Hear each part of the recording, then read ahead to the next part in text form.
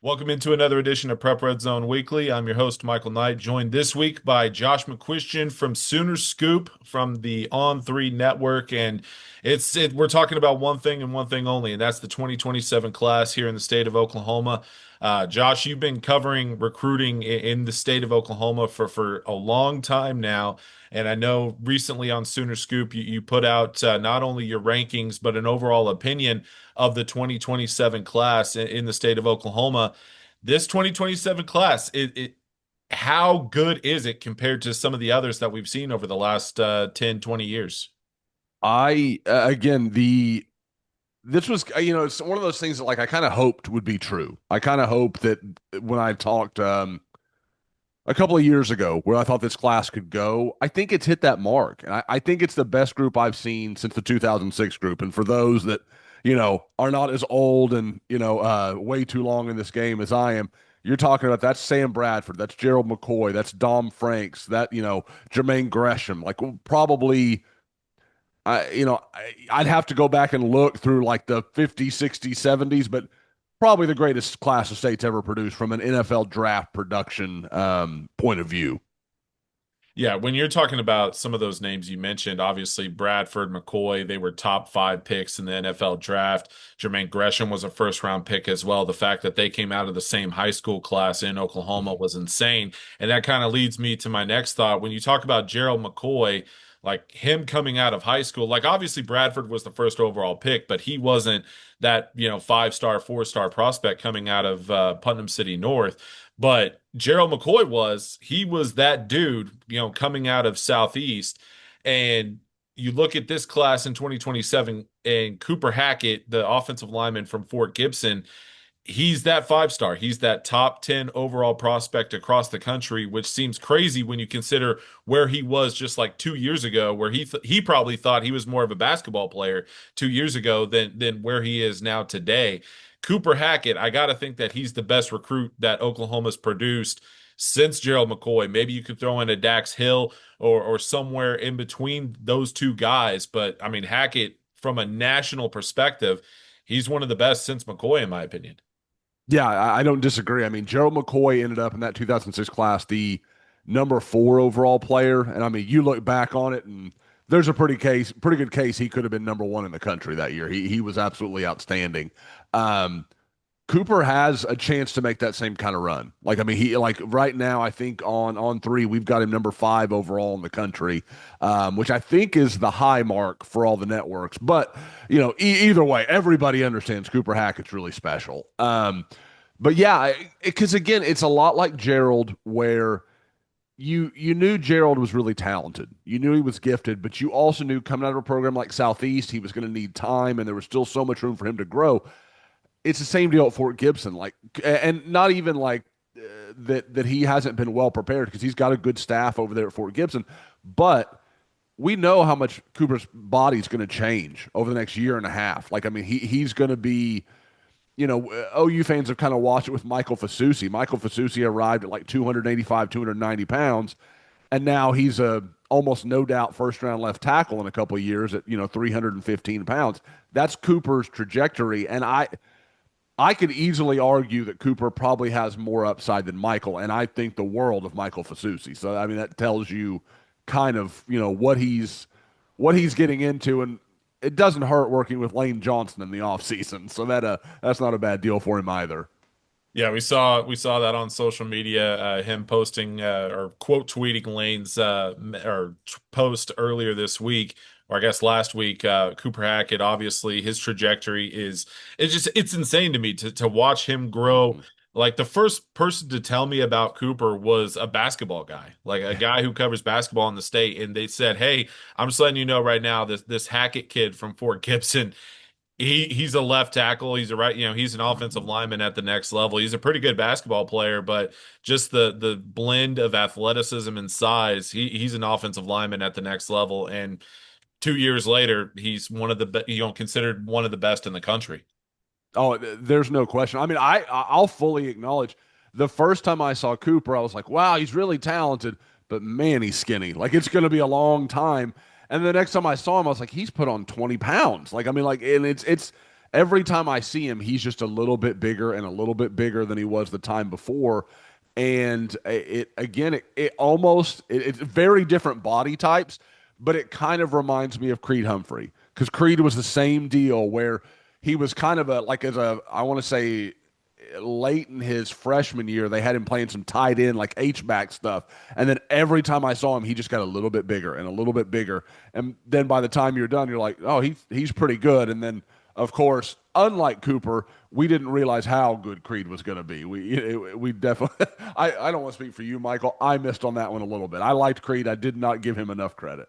Well, no, yeah, we probably didn't, Hmm. envision his career at OU playing out the Yeah, way it did, as well as what he's been able to do in the NFL. I don't look, if you got that one right, you're in the very, very slim minority when it correct. comes to his trajectory. But we talk about this 2027 class, and it's not just Cooper at the top, because you made the comment how many of these guys that are in the top five specifically, and you could even branch out to a few guys outside of that top five Hmm. that would be hands down the top guy in Oklahoma in just about any other year in the last, 5, 10 years. You're talking about Caden Penny from Bixby, Gabe Osborne from Mustang, Samaj Stanford at Broken Arrow, Case Alexander from Washington. And with those guys, you're talking about Caden Penny, you know, with Samaj and Case, it's been obvious since they were freshmen that they were going to be dudes. Like they were, starters as freshmen. It was obvious that they were going to be some of the top in this class. Then you had Caden Penny shortly after his freshman year kind of breaking out. And Gabe Osborne is just an alien. Like he's a freak athlete that, it kind of similar to Cooper, obviously different positions, different body styles, but, you know, fantastic basketball athlete. And it's like, yeah, he has a chance to be very, very special on the gridiron as well. That top five in this class, it makes this class as a whole what it is, in my opinion, and obviously yours as well. Oh, there's no doubt because I've got Samaj Stanford at number 4. I don't think I've ever been higher on a player that I've had at number 4 in the state of Oklahoma than Samaj. Like I love that kid. He's an outstanding player. I can remember talking to the guys at Jinx when he was a freshman, and it was just like this is one of the smartest kids we've ever been around. Like people can see all the football stuff and watch him make all the plays for BA, and again he's incredible but he is so smart. Like, I mean, just the way he understands stuff. That's a kid that I think he's starting to move into a rankings area where maybe Oregon fans are like, hey, maybe this kid could help us early. He's going to help you earlier than you think. Like, I don't know. I'm not going to say he's going to go start as a freshman because Oregon's going to have a ton of talent. We all know it. But he will be on the field faster than anybody, probably even the coaches expect, because I just don't know that everyone appreciates how smart he is. Like, it's a huge comparison to make, and I'm not saying he's this good, but there's the same stuff you hear about Caleb Downs. I think about Samaj Stanford. Like he's just kind of like a football computer. Like he gets it. He's really smart. And then, oh yeah, he's an incredible athlete, and all the dude does is make plays. So like I can't find a flaw with him. Caden Penny, and Michael, what I like in this class, there's a flavor for everybody. Whatever you want, you got it. Cooper Hackett, huge upside, just unbelievable upside. Gabe Osborne, same situation, both kind of raw though. Like we know it, they're going to need some time. That it's basically, oh my gosh, athletes. Let's let them become football players, kind of thing. Um, with Caden Penny, if I was going to guess which one of these guys, if I had to bet my bottom dollar, which one of these guys is a future All American and 10-year NFL pro, I'm going to take Caden Penny every time because I just love the way he plays. I love the way they coach at Bixby. We all know it. There's a reason they're special. Um, he is so sound and good and smart in the way he does stuff, and then he's nasty. Like I mean, just like you get some of these big guys that are great athletes, and you're like, man, I wish you'd finish. You don't have to worry about that with Caden Penny. He is going to bury you if he gets a chance. So this top five, and I haven't even mentioned Case Alexander, who is as smooth and athletic a linebacker as the state's put out in a while. Yeah, it's absolutely wild. You mentioned Samaj, and we have him at number 4 as well in this class. And I'm looking at it, and I'm like, He's not number four, but Yes. he is, Uh-huh. unfortunately, like he's a special athlete. And what you mentioned about the just the on-field IQ, like that's exactly the message I got from Coach Riggs back in the day at Jinx, and continuing with Coach Gaylor and now at Broken Arrow. Just what he's able to do on the football field, it just separates him. Look, you don't start and you play as many snaps at a program like Jinx as a freshman unless you're special. And so that, Hmm. that told you everything you need to know. Obviously, you're with SoonerScoop covering OU 24/7, 365. They have a commit in this 2027 class just outside of the top five. Uh, Graydon Howe, the most electric football player in the state of Oklahoma, in my opinion. He's going to head to Norman as a wide receiver prospect. But at that quarterback position, man, he makes magic happen on the football field. From where he was a couple years ago, which was just rejoining the football team at Broken Bow, to where he is now. The Graydon Howe story has been very fun to watch over the last 2 years. Oh, I couldn't. There's no better way to say that than what you did, Mike. He is the most exciting guy to watch in the state of Oklahoma. Like it is. I don't care if you can drive to see that guy on a Friday night and you're watching this. Go watch him. Just watch him a couple times. I don't know what you're going to see. I don't know what he's going to do, but he's one of those guys that, like, every time he takes the ball and he's in space, you kind of hold your breath. Like he's going to do something. It's I don't know how many people out there are the Incredibles fans, but I've got two young kids. We've watched the Incredibles a few times. The little kid in the driveway, what are you waiting for? To do something amazing, I guess. Like it's he's gonna do something incredible, and he's so fun to watch. He's so explosive. I love that he's a multi-sport guy. Like I love that he's not one of these guys that's become a specialist. He feels like the quintessential small town guy that I used to get to cover all the time 20 years ago. That'd just be everybody knew when he was 8 years old that, oh man, he's special. He's a great athlete. He's going to be something. And then it comes to fruition. Well, you just don't see those guys as much as you used to. But I love Graydon Howe's story. I love the kid he is. He's great to deal with. But yeah, he's like you've got to think Oklahoma watches that quarterback tape and like, okay, that's not where we're recruiting you at, but we can find something. Like we can find a use for that in maybe a fourth quarter in the Red River rivalry or something like that. They're going to find a way to make use of his ability to throw the ball. That's what, I talked with Graydon shortly after he committed to OU, and obviously they like him at the receiver position, and obviously he's continued to develop a really strong relationship with his future position coach there. But I even threw that out. I was like, "Look, man, you got a heck of an arm too, and obviously you're one of the freakiest athletes in the state. Like, is there a chance we see you, that wildcat, whatever you want to call it? I mean, I guess we can't even call it Wildcat because he can throw the ball and he can push that thing. But yeah, he said that there's probably some opportunities down the line. But we have one clip. I know we're gonna play it at some point, but it was his sophomore year. He looks exactly like Seneca Wallace. And you talk about, like, some people watching might not remember Seneca Wallace back in the day. He had a play as a sophomore where he's going to his left, he breaks it all the way back around to the right and ends up in the end zone.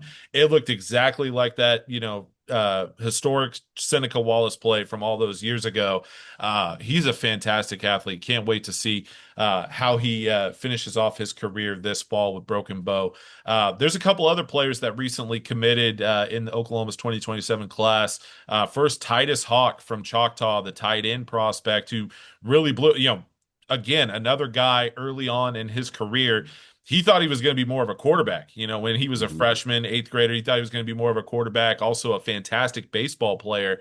He commits to Notre Dame, and he's going to commit to Notre Dame for football and baseball. Titus Hawk emerging as one of the top tight ends, not only in this region, but in the country as well. And obviously, Notre Dame, they made a strong push to get him for both sports. Yeah, and Titus is really he's one of those guys that I feel like you're going to come out on one side or the other. You're going to see the physical tools and how big and long he is and the athlete he is. And you're going to say, man, I can work with that. And I tend to be one of those guys. Give me height, weight, speed, and let's figure out the rest. Now, the interesting like you talked about, the caveat with him is the baseball thing. Can he put in the time in the summer to get to that 240, 250 pounds he's going to have to be?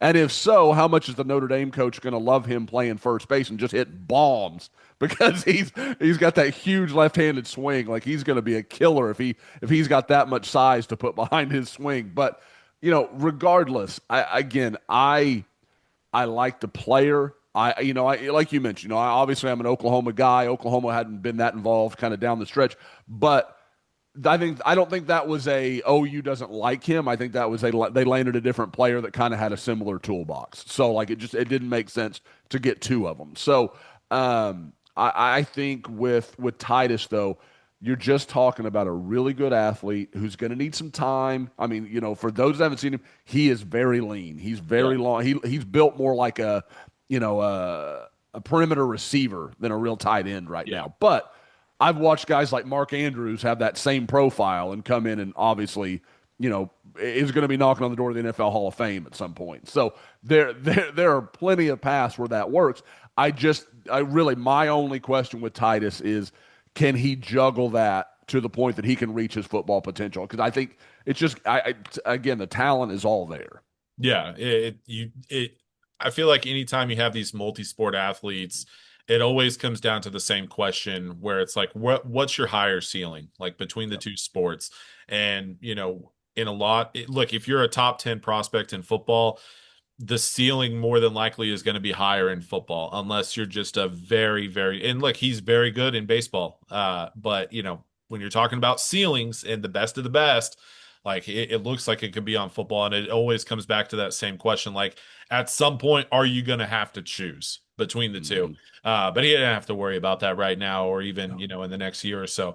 Another guy who committed recently, Jinx standout Caleb Dillard. He committed to Florida. We had that conversation between him and myself last week on our YouTube channel, and I joked about it then.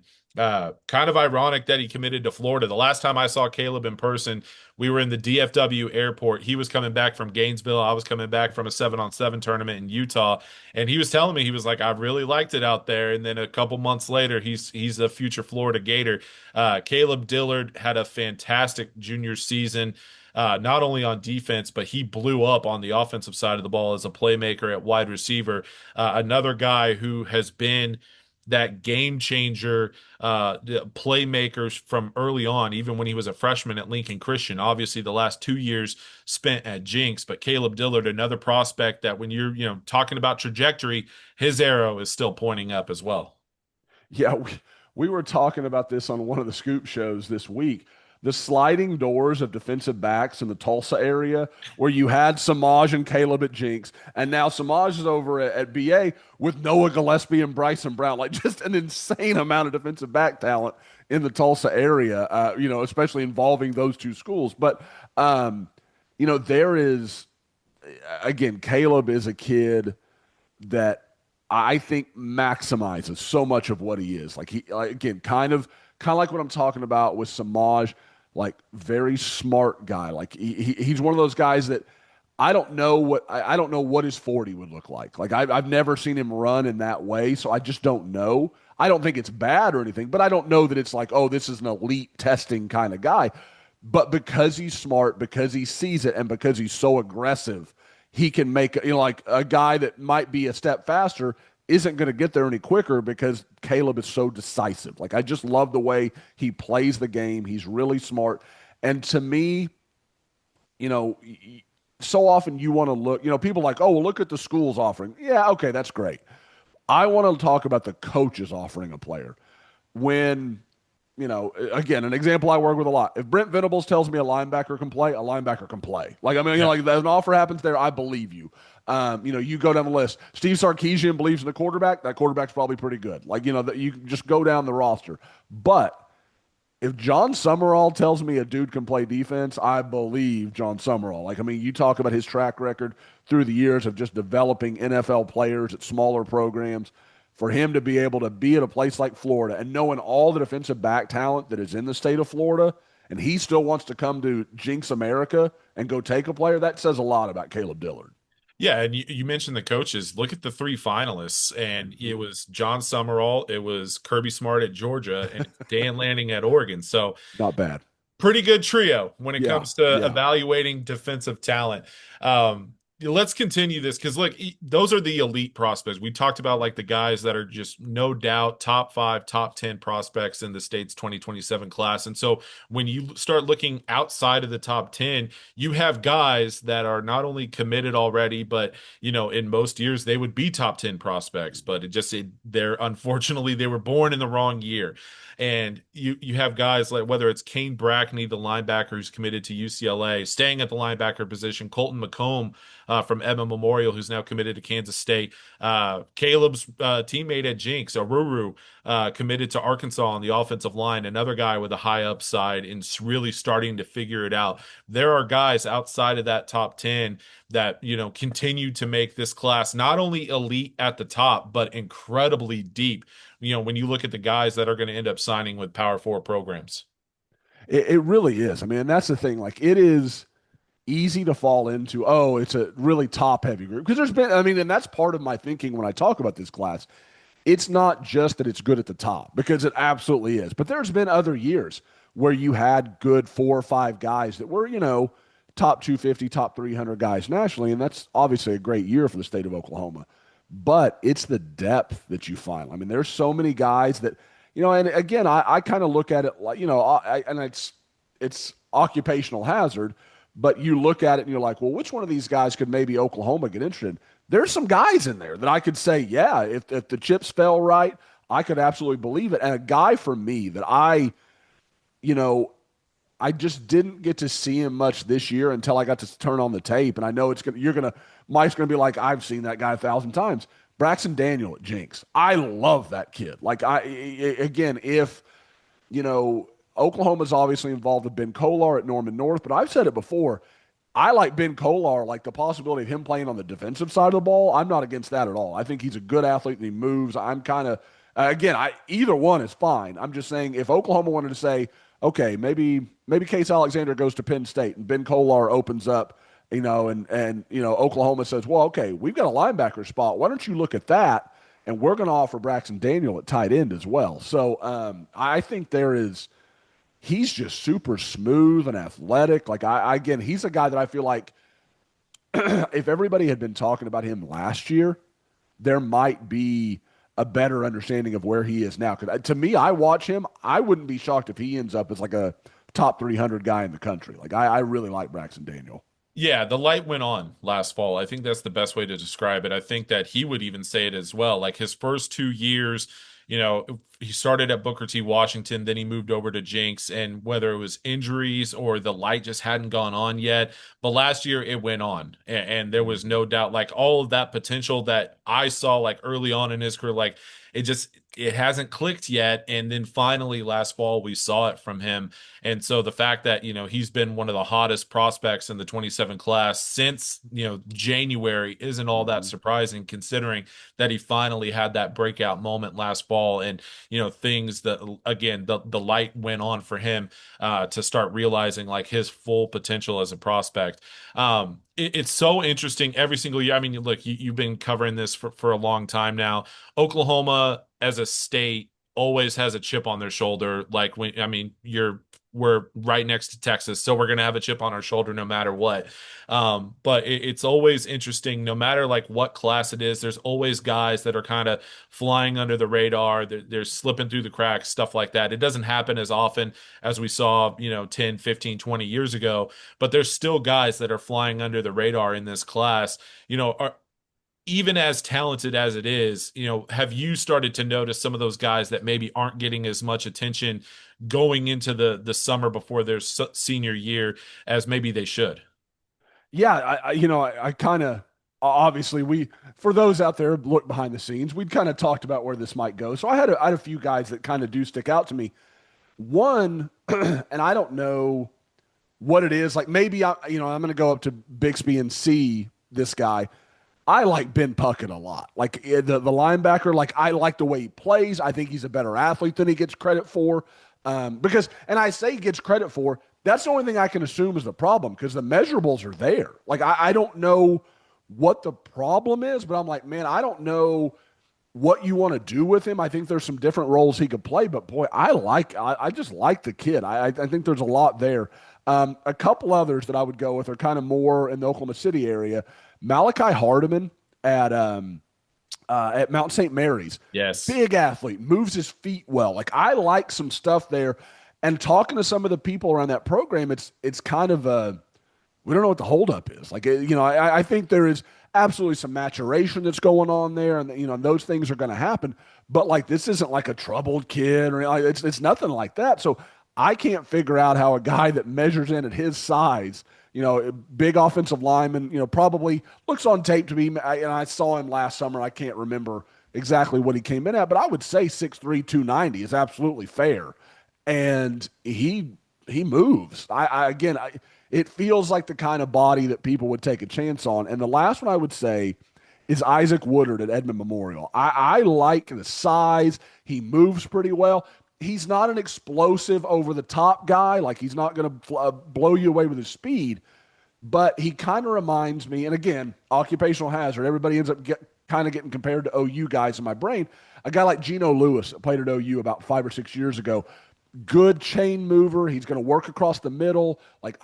He can take the hit. Like he's a big bodied guy. That's the thing. And I don't know about Puckett, but I know Hardiman and Woodard to this point don't have any major offers. So I love that there's still guys like this out there that I think are going to make moves as the season goes on.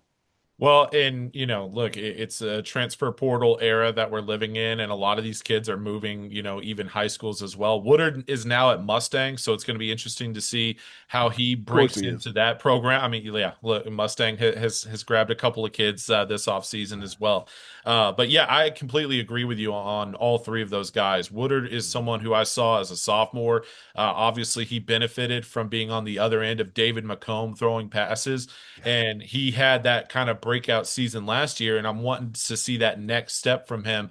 Will be interesting to follow him at Mustang. Thought the same thing about Hardiman last spring when I saw him around this time last year. Fantastic athlete on both sides of the football. Watched him against Jones in the fall. That was a Jones team that went on to win a state championship, and they had problems with him on both sides of the line of scrimmage. And then Puckett just I'm buying stock in all Puckets that come out of Bixby. Ben's older brothers, Hank and Mm-hmm. Jack, Yep. standout linebackers, all state linebackers. I think Ben got the best of the genetics because he's bigger than both of them.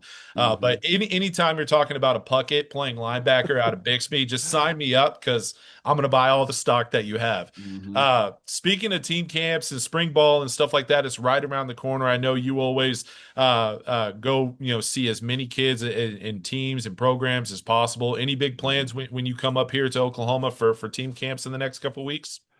Man, and it fits with the conversation we're having. I don't have enough days in the week, like because Yeah. I always basically come up Memorial Day week, and I'm like, is anybody practicing Monday? I could use some Monday practices, and it's just never going to happen. But that is, I mean, like there are, the 2028, 20. I like what I'm hearing about 29. I'm finding some names that I like. I think there's some good young players there as well. 28 is it's been a little interesting because like you had some guys had a lot of early buzz that maybe didn't quite have the years they wanted to as sophomores. So we'll kind of have to see where some of those guys go. But yeah, I mean, obviously I'll be in Fort Gibson, I'll be in Bixby, I'll hit up a lot of the usual places. But there are a few stops that I'm going to make that I hadn't. A couple of places I don't think I've ever been before. So with Broken Bow being one of those options. So there are a lot of guys, right? And I still, like I said, I think there are names, not just in 27, but in 28, 29, that people aren't talking about yet that have all the physical stuff. And I just kind of want to see them move around. I want to see what they look like athletically. And again, Oklahoma high school is getting better. Like I don't think there's any way to refute that. Now, anybody expecting 27 to happen year over year, that's not realistic. But I do think year over year, like decade by decade, you've seen the talent improve, the coaching has improved. Like it's just better product year by year. Any you want to throw out, give us a little sneak peek as far as like names, players, whether it's, in the 27, 28, or 29 class. Is there anyone that you're the most excited to see in person in the next couple of weeks? as far as a guy that not a lot of people are talking about that I am absolutely intrigued with, it is the Jonah Batee kid at Tahlequah. Like I think that kid is super interesting. He's got a really unique story. I believe he was born in the Republic of Congo, like a whole thing. And, he was adopted, so it's a crazy story. And just watching the kid move around, you're like, okay, there's some stuff here. I mean, he's 6'3" and some change, about 260, like really, really interesting guy. And again, one of those guys I don't know enough about yet, but I know enough to know I want to go see him. I want to see if I can watch him work out and just size him up. And if he's what I think he is on tape, I think Oklahoma might have another really good lineman coming along. I feel like Tahlequah is one of those programs where it's like every other year, every 3 years, they have a guy that just comes out of nowhere, and it's like, Yep. oh, we need to pay attention to this guy. Have Uh-huh. haven't thought about Tahlequah in the last couple of years, but they're So giving us a true. reason to. It's just enough time to kind of go to sleep, and then you're like, oh no, dang it, I should have been checking in. So Yeah, there's one of a handful of programs. Also, I know with SoonerScoop, they also, kind of started to shine a brighter light on a little eight-man prospect as well from Tipton. And that's a kid who I saw when they played in the state championship game a couple years ago, and you saw him just look different than everybody else on the field. I'm like, well, probably should pay more attention to eight-man football in the next couple of years because he just looks different than everybody else. yeah, I loved our new guy Parker having a lot of information on that. I mean, this is a kid from what Parker is telling me. This kid doesn't have a cell phone. He's not on social media. For those who don't know, his name's Chris Addy from Tipton, and he's listed at like 6'4", 200 pounds. And watching the tape, that looks about right. Like I mean, Yep. he's a big kid. Um, he's a really interesting projection, like all 8-man guys are, because the positions and roles are just different. But even within that, that sort of body, that sort of raw athleticism, you're like, I don't know what you do with that. So I would tight end is kind of where my brain goes when I watch him. Just seeing the kind of the straight line speed, and I've always said I think when you see like because that body type, I think he's an edge player of some kind, defensive end, tight end, something like that. I think it's a lot easier to teach someone who is still learning the game of football to play tight end than it is to play defensive end. Because I mean, like, I feel like defensive ends, when you watch them, you know it. Like, they set the edge, they've got some nasty to them. Like, they play above their weight class usually. Tight end, you can get away with being like, oh, he's just a really good athlete. Like, you can kind of sneak that past a little bit. So, guys like this, I tend to lean tight end until they prove to me otherwise.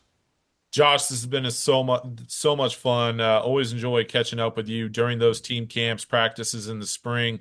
But before we get out onto the fields in a couple of weeks, I wanted to chat with you. Obviously, a lot of great work on the 2027 class on Sooner Scoop in the last week as well. And like I told you before we jumped on here, just let's just talk about dudes. Let's just nerd out for a Mm-hmm. little bit talking about this 2027 class in Oklahoma because it's obviously a special one that we've known about for a long time. So happy to do this, man. Thanks so much for your time, and we'll see you out on the road here in a couple weeks. All right. Look forward to it, Michael. Anytime, man.